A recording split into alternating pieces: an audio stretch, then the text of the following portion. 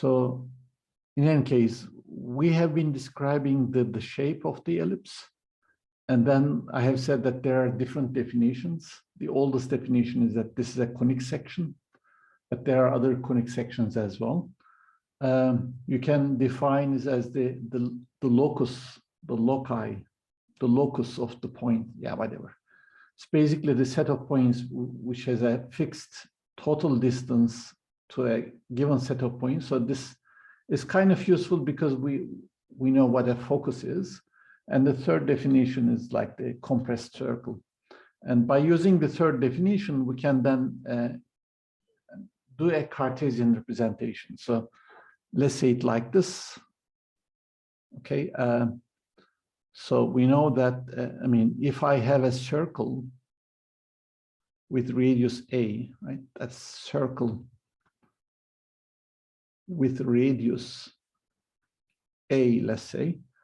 In that case, the equation for the circle with radius A is x squared plus r squared is equal to a squared. Okay. Alternatively, I can write this thing down as x over a squared plus y over a squared is equal to 1, right? So that's the equation, but sometimes, I mean, for some reason, I may write it down like that. In any case, so an ellipse is a compressed circle. So as a result, if I just scale y coordinate, for example, in that case, I need to change this number in here. And so as a result, we get an ellipse in that case, okay? I mean, let me just add this as the final remark. Okay, let me try to draw this better. Let me use a tool like that. Okay, so probably that's better. Okay, so that point is A, and that's minus A, and that point is B, and that's minus B. Okay, so the equation for the ellipse is therefore x over A squared plus y over B squared, that's equal to 1. So that's the, let's say, Cartesian equation for an ellipse. But with a definite orientation, with center being at the origin and things like that, okay? So that's the Cartesian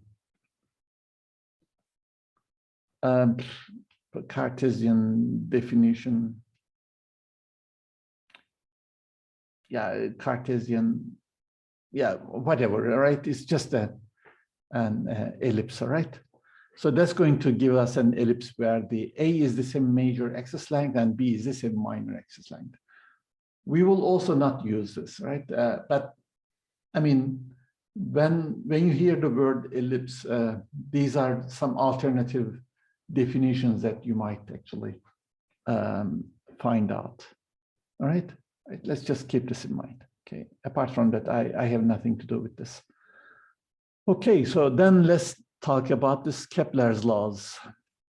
I mean, since we know what an ellipse is and what a focus is, let's talk about Kepler's laws.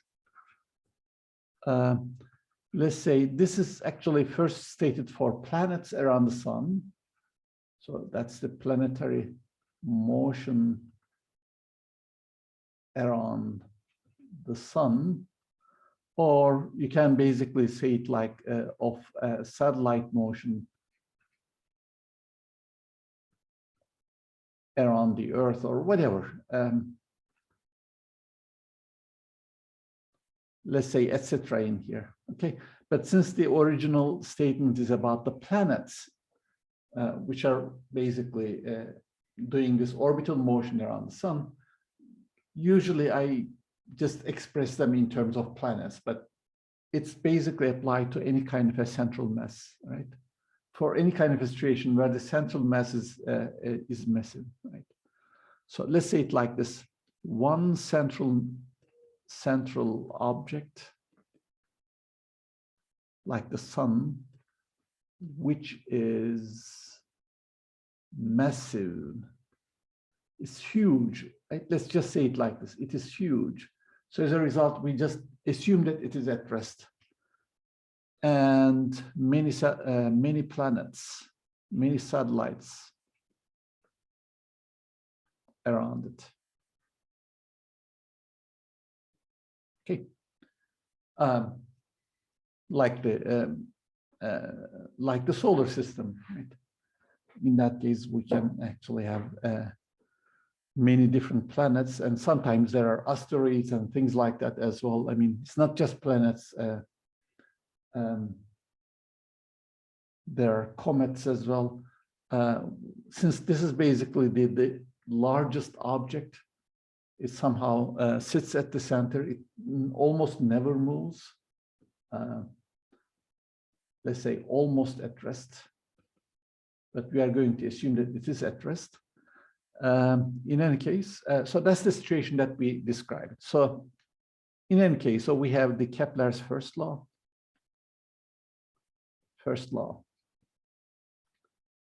It basically gives the shape of the orbit. So orbits are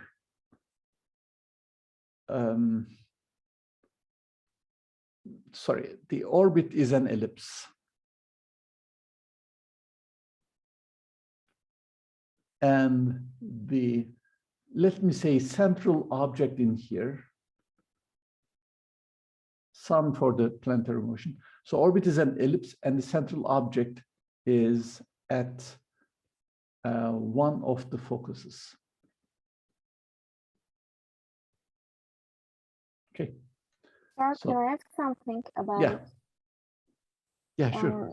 If there were no other forces acting on the satellites, would they move in a circular path?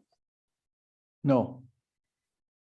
I don't exactly understand why they turn around in an elliptic way. So the problem is something like this. I mean, if I want this, for example, satellite to move in a circular orbit, I have to throw it with an certain exact speed, and that speed should be like gm divided by whatever. So if that distance is r, then gm divided by r, and I have said that it has to be thrown with a certain direction, because the velocity should be perpendicular to the to this line that connects this to the central mass. Okay. So as a result, if the initial velocity is very special, then it will be in a circular orbit, right? So that will lead to circular orbit.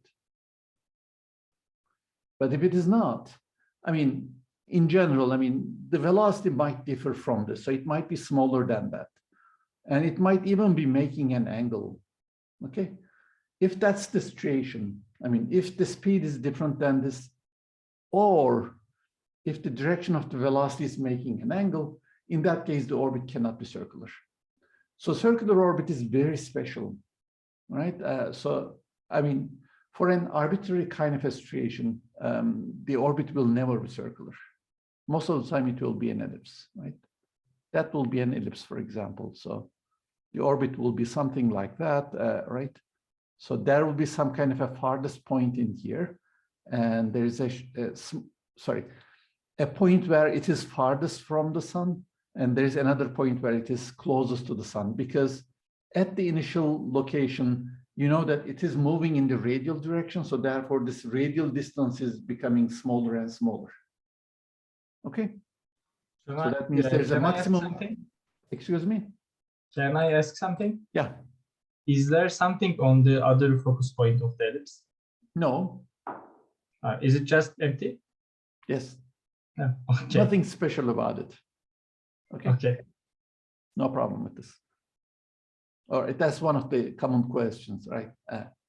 I mean, focus is a very special point for the geometric shape. For this kind of a motion, yeah, one of the focuses also appears to have a special significance, because the central mass should be there, but the other focus has no physical significance at all, right? So in that case, we don't have any, like, I mean, for every geometric concept, we don't have anything that corresponds to something physical about it, right? There is nothing special about the other focus.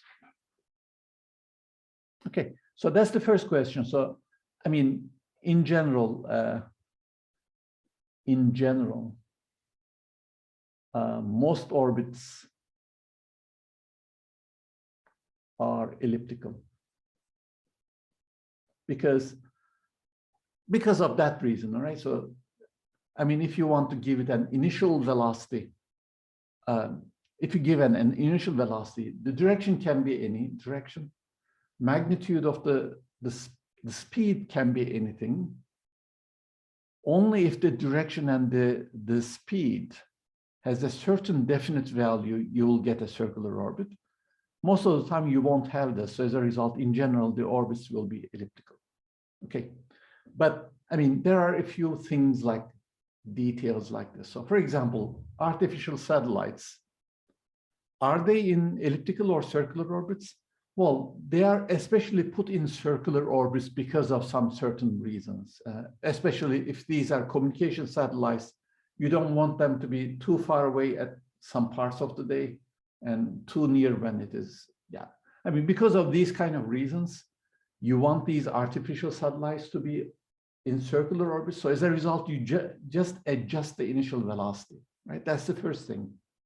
Second thing, the planets moving around the sun, their orbits are elliptical, we know this, but they are close to being circular.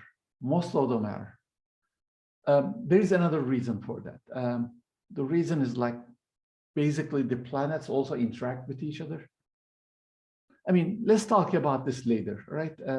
Because this is a little bit complicated thing and I don't know much about it actually. But because of some evolution of the solar system, somehow the elliptical orbits are not stable, so therefore they somehow change the eccentricity somewhat. Okay, but let's talk about this later, right? So right now, we're basically looking at it as a two-body problem, which means there's the central mass in here. That's the central object. And that's the satellite, right?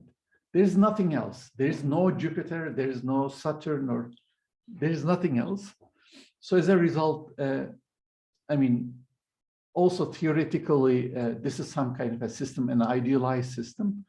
Kepler's first law also states the ideal thing in here.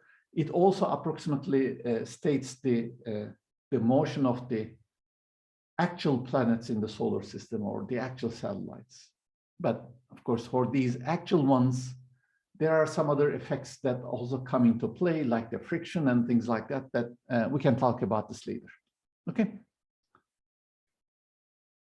So let's just keep this in mind. So in any case, so Kepler's first law, all right, so it basically says that the orbit is an ellipse, and there are these two focal points in here, and the sun or the central object is, this huge object in here is at one of the focus points, okay? So as a result, this point is the farthest point. So let me use a different color for that. So that's the farthest point. Okay, that's also the slowest point, right? Because you are farthest, that's also the slowest point. So I can make some kind of a similarity to the projectile motion in here. If you remember in the projectile motion, the topmost point is the point where the object is slowest. That means speed is minimum. Okay. And that's the point where the distance to the center of the Earth is maximum, right? Maximum distance to center of Earth. Right? That's our projectile motion, right? We basically understand this easily, right? When I throw this, when the object goes up, it is slowing down. So it is slowest at the topmost point, speed is minimum. And if it is closer to the Earth, closer to the ground, or closer to the center of the Earth, it becomes faster. I can do the same kind of a thing in here, all right? This basically is a projectile motion. But it's a projectile motion where the motion doesn't start and stop at some different times. It continues indefinitely. Okay, so as a result, this part of the motion, for example, basically looks very close, very similar to a projectile motion. And every part actually, right? So as a result, this is the point where the speed is minimum. So that's the speed is minimum. Okay, and that's the point where, let's say, this is the nearest point. So that's basically the fastest point. Fastest. So that means the speed is maximum. Okay. So as a result, we don't have a uniform thing. The distance to the sun changes with time. The speed also changes, right? Let's also say this, right? R, V in here. So R changes with time, and the speed also changes with time. Okay, so therefore it's a perfectly non-uniform motion. Okay, but again, remember Newton's laws of gravitation. So at all points, the gravitational force should be pointing towards the big mass in here. So there's this gravitational force in here, which also implies that the acceleration is towards that point. Okay. And so that kind of tells you that there are times where the acceleration is not perpendicular to the velocity. It's making an angle, whatever. I mean, just keep this in mind, right? Okay. So again, let me also write this thing down in here. There is nothing in the other focus. So geometrically, it is a significant point, but physically it is not. Is r times omega is constant. R times omega is the perpendicular component of the velocity, right? No, it's not. Okay, so we are going to come back to this problem later. We are going to investigate in terms of the conservation of energy and conservation of angular momentum and conservation of linear momentum, right? Because this is one of the best examples of a type of motion that we directly observe in nature. And so as a result, this is one of the important things. So we will come back to this. So we're just saying this superficially at this point. Okay, so that's it, right? That's Newton's, Kepler's first law, that the orbit is an ellipse and sun is at the location of at the focus of the ellipse. So in any case, just keep this in mind that, I mean, this is one of the possible orbits. So the other orbits does not need to have the same kind of axes, right? So the ellipse might look for some other orbit like this. Some other orbit, it might look like that, right? So whatever, I mean, there might be different orientations. So it appears that, for example, or for the solar system, there's some kind of a plane in here. It's called, sorry, it's not equinox, sorry. Eclectic, sorry about that. All right, so there's some kind of a plane where at least more or less all planets have orbits within that plane. So in principle, this doesn't have to be so, but for some reason in the solar system, it appears that all planets are basically are rotating around the sun within the same plane, okay? So there are some certain reasons for that. Not all asteroids are actually have orbits like this, so some of them are outside that plane, all right? In any case, so because of that reason, we actually see all the planets on some kind of a line in the sky. There's a special name for this, but I just forgot the name. Sorry about that. I'll talk about this later. Okay. So ecliptic, yes, that's the so it's called the ecliptic. No, it's not. Yeah, I think it's called an ecliptic plane. I'll just check for this, all right? So this Kepler's second law.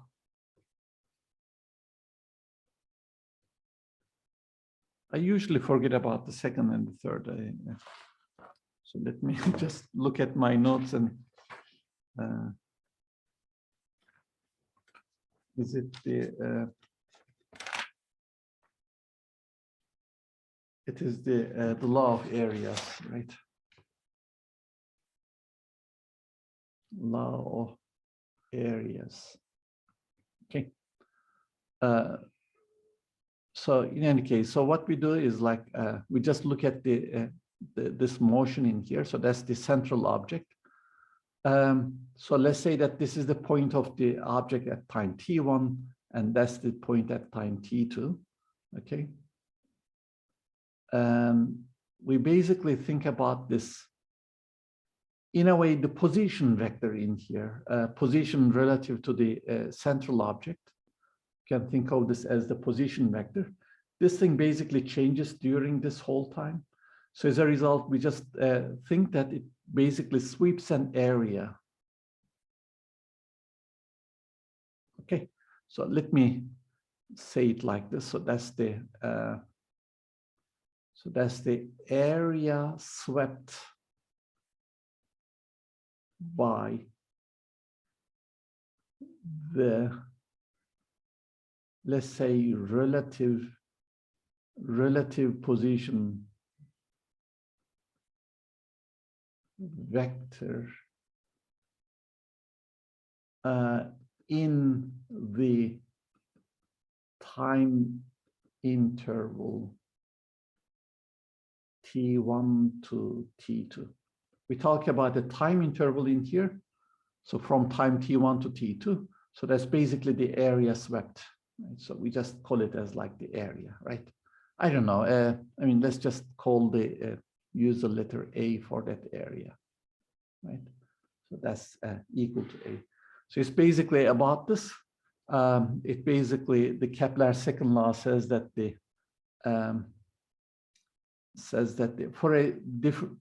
for a given satellite, right? A satellite sweeps equal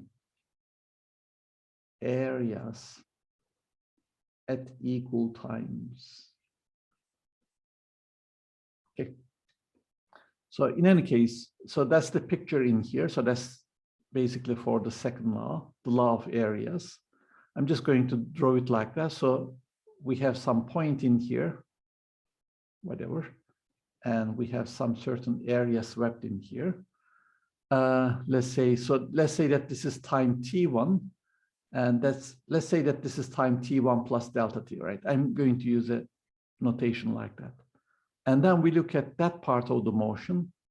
Let's say this time the starting time is t2, and this is t2 plus delta t.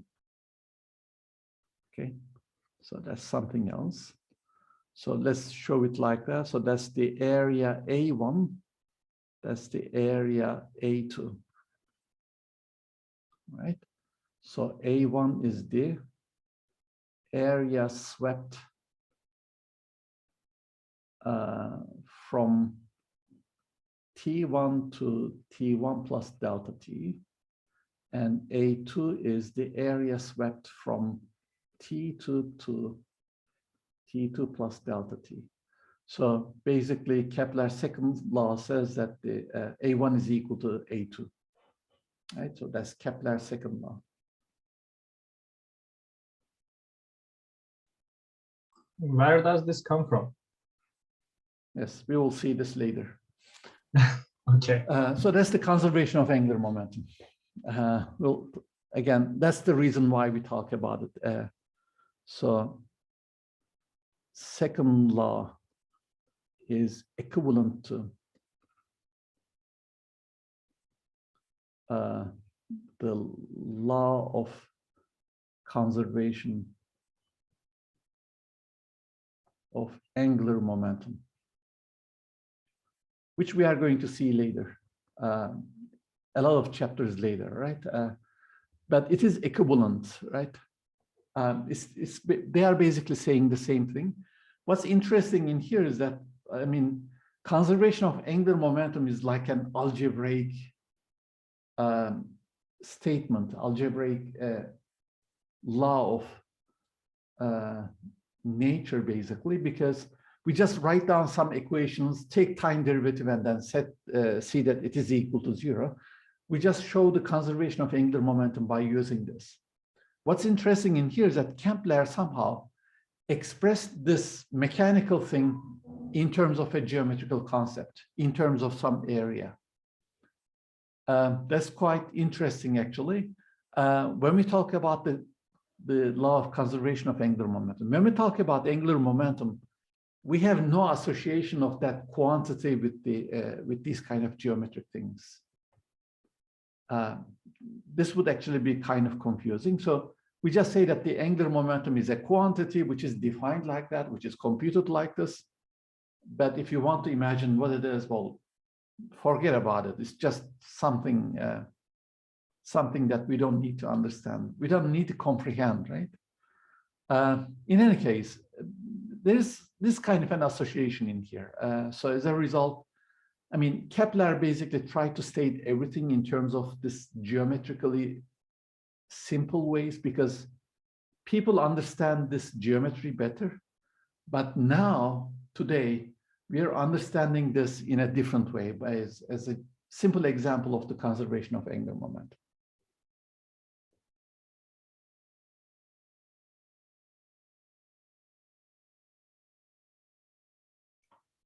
There are some questions in here, so didn't forget about this. Yeah, is it just for the solar system or is it valid for all other systems? It's valid for all other systems, okay? Kepler's law. So I can apply it to the satellite motion around the Earth, or I can apply it to, actually, I mean, the motion of, for example, stars around the galaxy, for example, usually, or the motion of another galaxy around a given galaxy, for example, right? There are many situations that you can apply it. Not about Kepler's laws. You said ecliptic, I guess. Ecliptic, yes. Is it valid, right? No, is that the question? Yeah. So yeah, I know that there are some star clusters where the motion is chaotic, so there's no such ecliptic plane in there. I don't know if this is a common thing for other planetary systems, exoplanets. I don't know. I don't have much information about that, actually. But it is possible. I mean, there's some certain reason for this. I mean, why most of the planets are within that plane. And whatever that reason is, probably that kind of a mechanism is also at play for other stellar systems as well. So probably yes. I mean, each one has some kind of a plane like that. But yeah, I don't know what the reason for that is. I mean, I kind of guess, but I don't know much about it. So you have to ask an astrophysicist that question, right? Okay, thank you. Mm-hmm. No problem. Does the edges of the ellipse and focus create a constraint? No, constraint is a mechanical constraint that we impose, like having a string, for example, right? It's just a trajectory. It's not a constraint, actually. It's a result of the laws of the motion.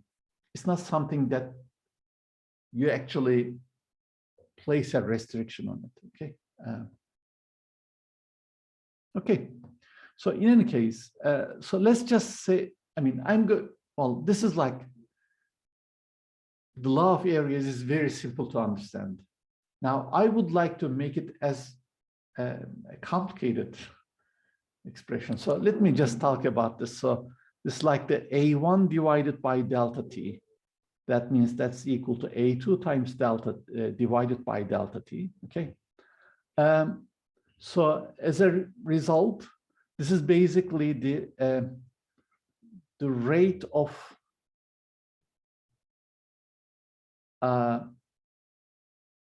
area swept. Yeah, first of all, let me just use a delta in here, right? So that's basically, especially for small delta T, these things are also small. So as a result, let me use delta in here. So, I mean, by this, I don't mean that this delta A2 is a change of something. You can actually understand it like that. But in any case, I would like to think of this as when delta T is small, this is also small. So as a result, I will be basically using this kind of an expression. So the rate of sweep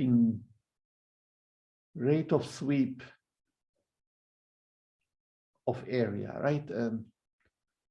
So in any case, so it's basically the area swept per unit time. Okay. Now, when I actually divide by delta T, basic idea in here is that, I mean, this law essentially says that the area swept is proportional to the time between these two instants in here. So it's basically the length of that time interval. So that area swept should be proportional to that. So let me write it down like that. So area swept is proportional to time interval.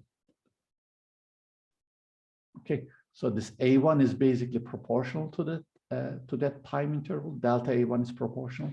So therefore, this ratio is the same for whatever the time interval is. So that's basically constant independent of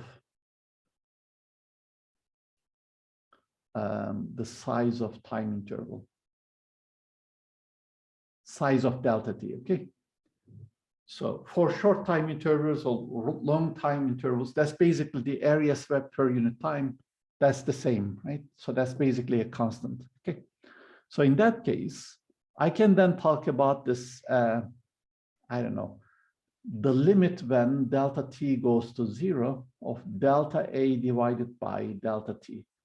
A lot of people would actually write this thing down as like this derivative thing, but it's not really a derivative in the calculus sense. But since we are taking a limit, people usually write it down like that, okay? In any case, so I would like to find an expression for it. So basic idea is this. Okay, so that's basically this rate, this dA over dt. So that's the that is basically a constant, and I would like to express, right? Express this area swept per unit time in terms of the speed of the object at that point, speed of the satellite, its distance to the central object, and that angle.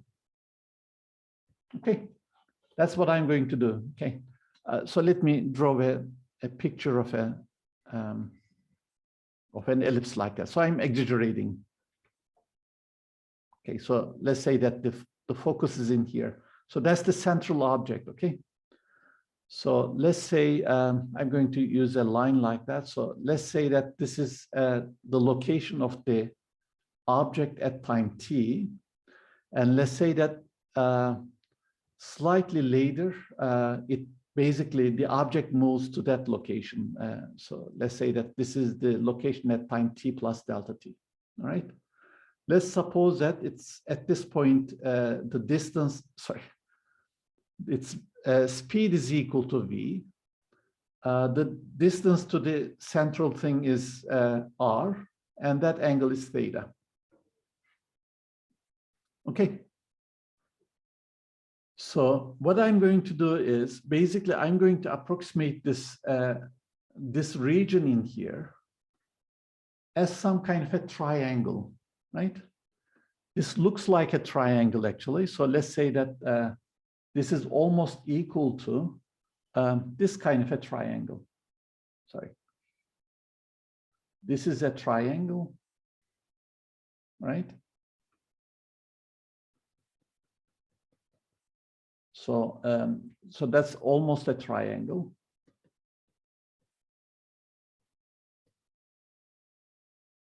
okay, where this side length is speed multiplied with delta t, okay? That's only approximate because we know that the speed changes, but if I choose delta t to be small, this is perfect, this is good. That distance is r, right? This side length is equal to r, so let me write it down like that. And also that angle is equal to theta, which means that this angle is also equal to, almost equal to theta as well. Whatever, so I would like to find the area of that triangle. So to find the area of the triangle, all I need to do is to do this. This is one of the bases of the, it's a base length of the triangle. And I just need to compute this height in here. Okay. So therefore, the area of the triangle is,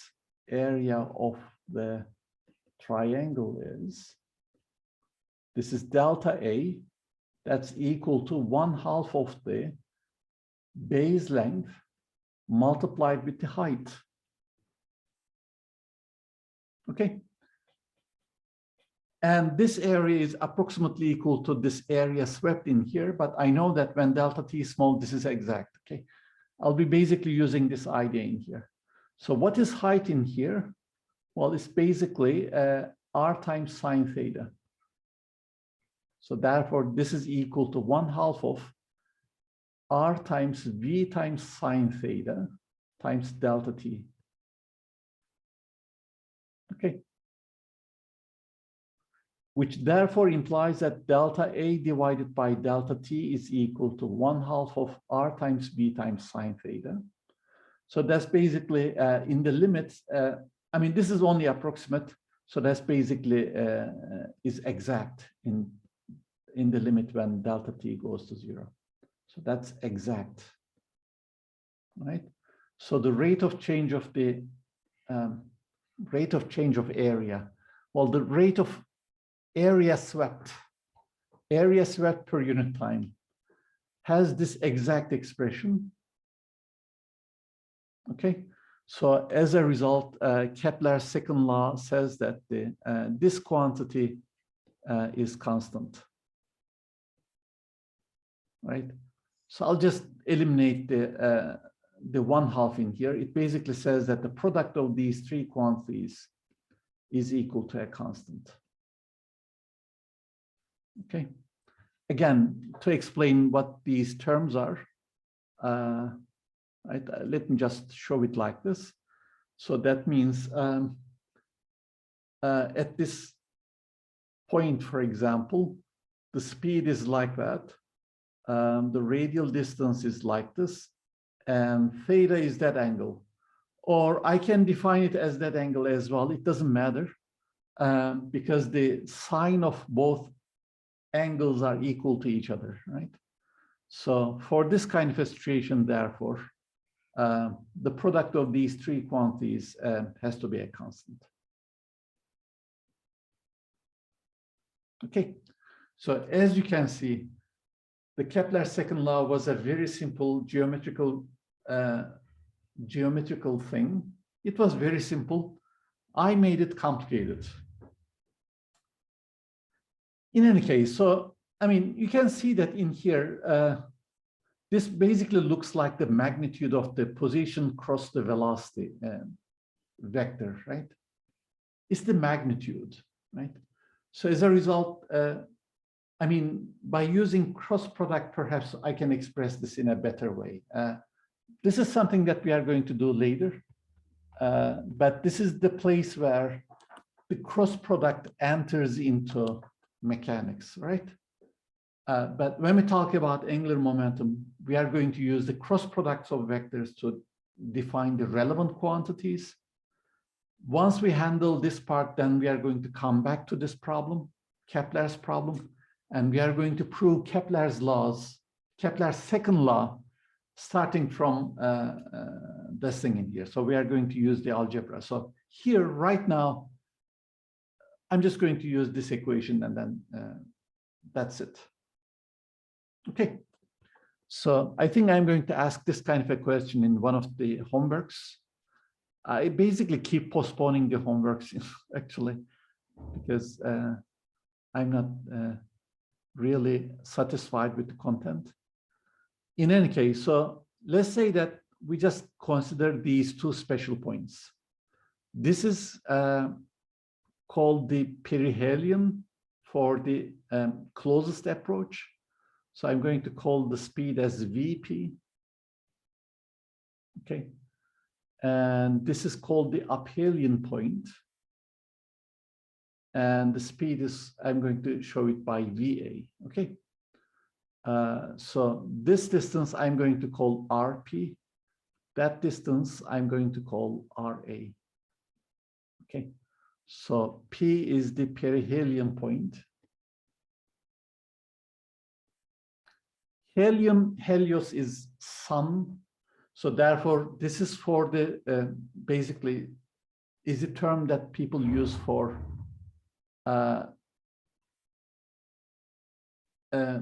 satellites which are rotating, orbiting around the sun, right? So if that's the sun, let's say the term is perihelion, right? So that's basically the point of closest approach. Okay. And A is the aphelion point. So that's the point where planet or satellite or whatever, etc., is farthest. Okay. So in any case, so this is for the sun. For Earth, the terms are perigee and apogee. I don't know what the term is for example, for satellites of Jupiter, for example. So probably something else. So, I mean, depending on what the name of the central mass is, the term changes. But in any case, so at the closest approach, the speed should be largest. At the farthest approach, the speed should be smaller. So that's something that I have said by just using common sense. Here, I can actually show it by Kepler's second law. So I know that these two angles are 90 degrees at the farthest point and at the closest point.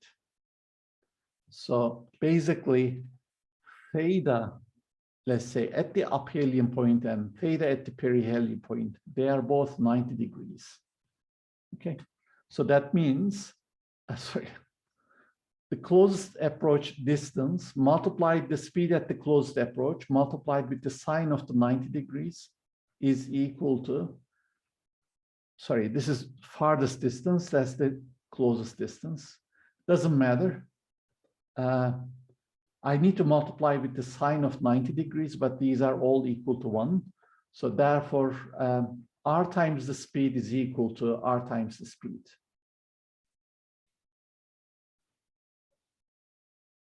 Okay, so therefore the ratio of the speed at the perihelion point to the aphelion point is equal to the opposite ratio of the distances.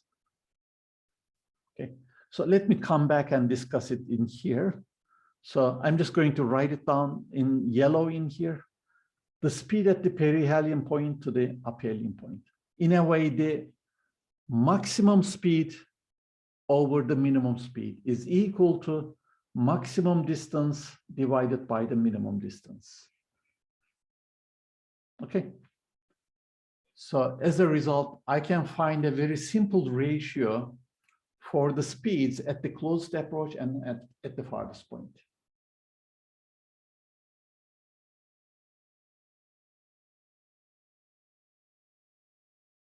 Okay. So I think there is a homework question that also asks you to find the ratio of the accelerations. That's a little bit tricky, actually, but I'm going to leave that to you. So just think about it, right? Some people may want to relate the accelerations to the velocities, and some people may want to compute them by using the law of gravity. Okay, so I'm not going to say anything further in here. All right, so let me then stop here. Yeah, let me stop here.